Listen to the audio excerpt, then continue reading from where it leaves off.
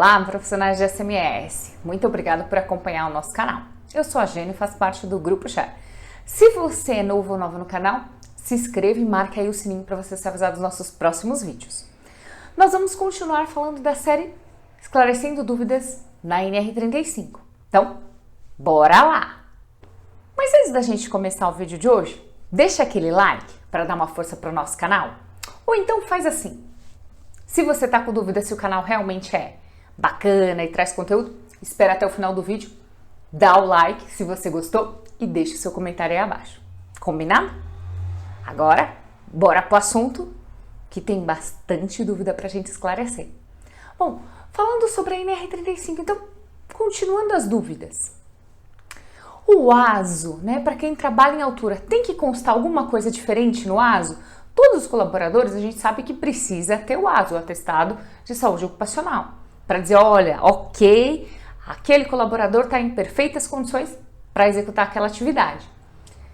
Isso é o ASO. Para quem trabalha em altura, tem que vir consignado, ou seja, descrito lá no ASO que ele tem essa aptidão.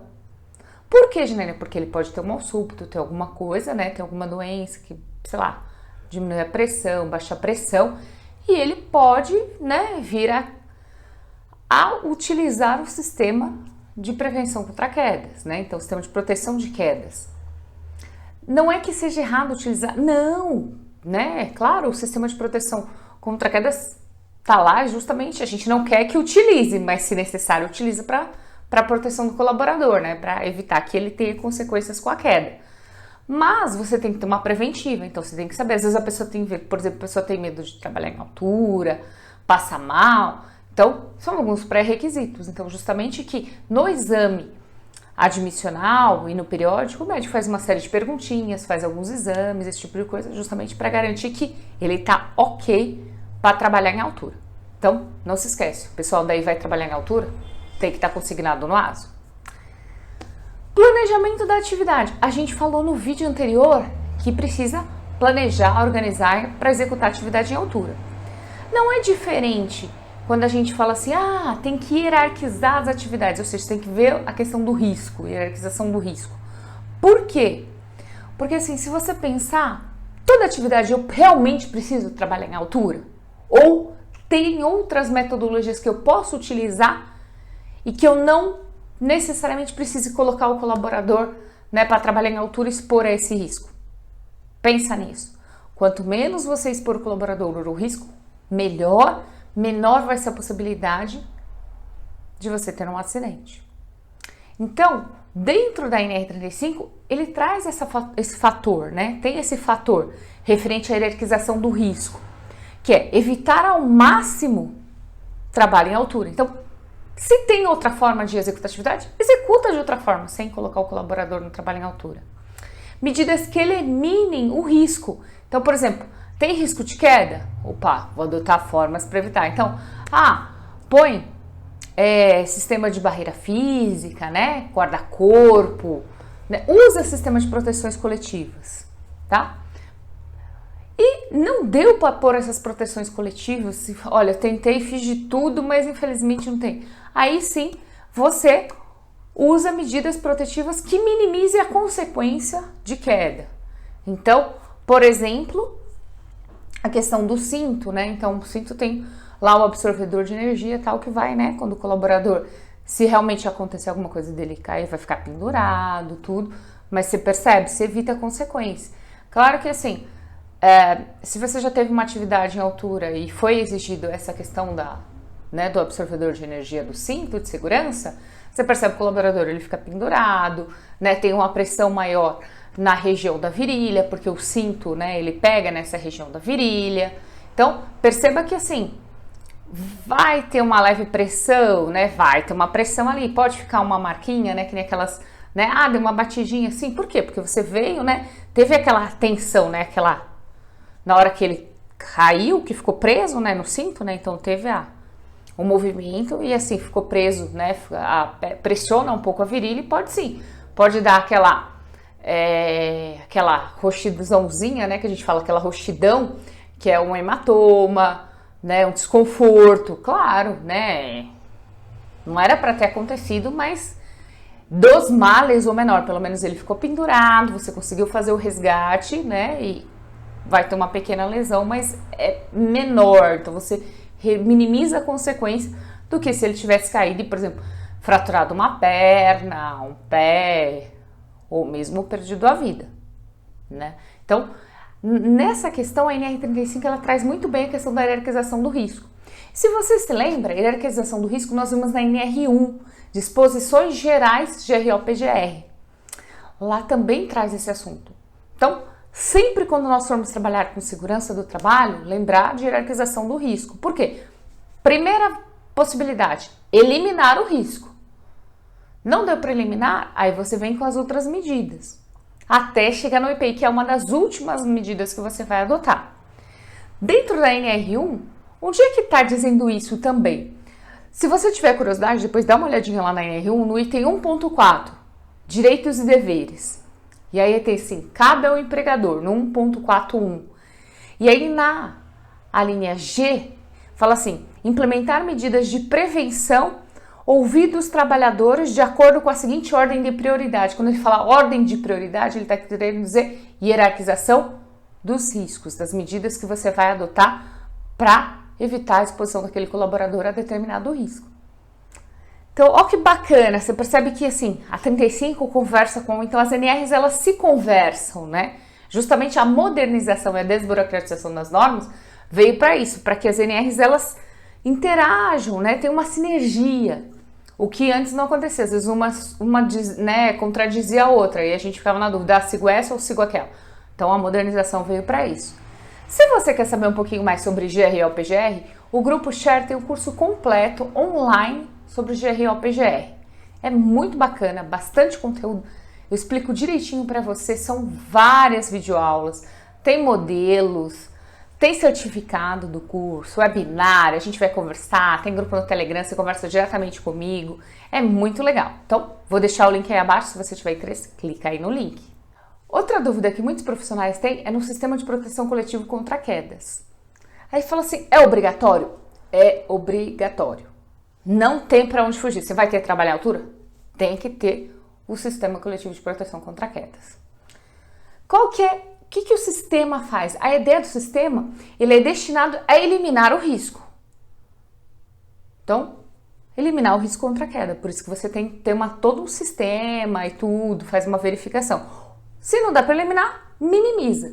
Então, a ideia dele é eliminar, mas se não dá, pelo menos minimiza. Então, vai ter trabalho à altura? Obrigatório ter. Aí todo mundo se pergunta, mas quem é que pode, né, fazer a seleção do sistema de proteção coletiva contra queda? Profissional qualificado em segurança do trabalho. Então, aquela ideia de, não, só engenheiro pode? Não é verdade. Então, a seleção pode ser feita por profissional qualificado em segurança do trabalho. É diferente, por exemplo, do projeto. O projeto, aí sim, só pode ser feito por profissional legalmente habilitado, que aí é o engenheiro. E lembre-se, na hora de selecionar o sistema coletivo de proteção contra a queda, pense, claro, na minimização do risco, da exposição ao risco, e também na parte de emergência. Então, no caso de emergência, se precisar usar o sistema, como é que você vai utilizar? Então, isso é muito importante. Muitos profissionais pensam só na questão de minimizar a exposição. E na hora de resgatar, como é que vai fazer? Né? Então, tem que ter isso também. A gente tem alguns profissionais ainda confundem a questão do sistema de proteção coletivo contra quedas e o sistema de proteção individual contra quedas. Então, tem diferença. Um é coletivo, o outro é individual. O coletivo é o sistema que você vai usar. Por exemplo, o guarda-corpo, ele é coletivo. A linha de vida, por exemplo, é coletiva. O individual, o cinto de segurança que está lá abaixo, o conjunto. Então, perceba que tem diferenças, né? Então, e são grandes as diferenças. Lembre-se disso, o EPI é a última medida que você vai adotar. Normalmente as empresas gostam de adotar bastante o EPI, por quê? É o recurso mais barato, né? Você não precisa, porque assim, quando você vai investir no coletivo, você tem investimento da parte de planejamento, de projeto, de implantação. O EPI não, você põe no colaborador e treina e beleza, né? Fiscaliza, claro, mas a norma sempre exige que você trabalhe primeiro no coletivo e depois no individual. Então, pensa nisso. O sistema de proteção individual contra quedas, muita gente fala assim, tem que inspecionar o cinto? Tem, né? O cinto de segurança do talabarte, o conjunto, né? Que antigamente era separado, né? Cada um tinha um CA. Agora não, agora é o conjunto. Então, tem que inspecionar? Tem. Aí você vai falar assim, poxa vida, mas sempre? Então, a inspeção tem que fazer na aquisição, então quando você compra o EPI e rotineiramente, ou seja, periódico e rotineiramente. Periodicamente você tem que estar fazendo a inspeção e na rotina, ou seja, o que é na rotina? É no dia a dia, o colaborador antes de iniciar a atividade tem que fazer a inspeção dele, a inspeção visual, então precisa ser feita. Aí você vai falar, mas eu preciso registrar isso? Então, precisa, mas não é sempre. Então, por exemplo, o registro, né, do resultado da inspeção vai ser feito na aquisição, então comprou um cinto novo, vai lá, faz inspeção e registra. E depois, quando é que eu vou registrar a inspeção? Quando tiver alguma deformidade. Então, por exemplo, teve alguma recusa, por exemplo, o colaborador fez inspeção visual e falou assim, olha, eu não vou usar esse cinto porque, por exemplo, desfiou, né, a fita, por exemplo. Ok, você vai lá, faz o registro, né, pode ser o registro fotográfico e escrito, arquiva isso e aí tira de uso. Das outras vezes que você for inspecionar, por exemplo, na rotina, que eu falei, a inspeção visual que o colaborador faz, né, antes do início da atividade, precisa registrar? Não. Muita gente fala, não, tem que registrar toda a inspeção sim. Não. Para que você vai ficar criando papel e gestando o seu sistema de gestão? Para com isso. Sejamos práticos, né? Então, a gente é a pessoa da segurança, nós somos as pessoas da segurança? Somos. Então, somos e fazemos assim. Documentação, nós fazemos, mas assim, quando é estritamente necessário, senão você ingesta o sistema de gestão. Imagina, todo dia o colaborador tem que fazer checklist do cinto. Poxa, vai ficar anotando todo dia. Tudo bem. Se é uma diretriz da sua empresa e vocês adotaram dessa forma, ok.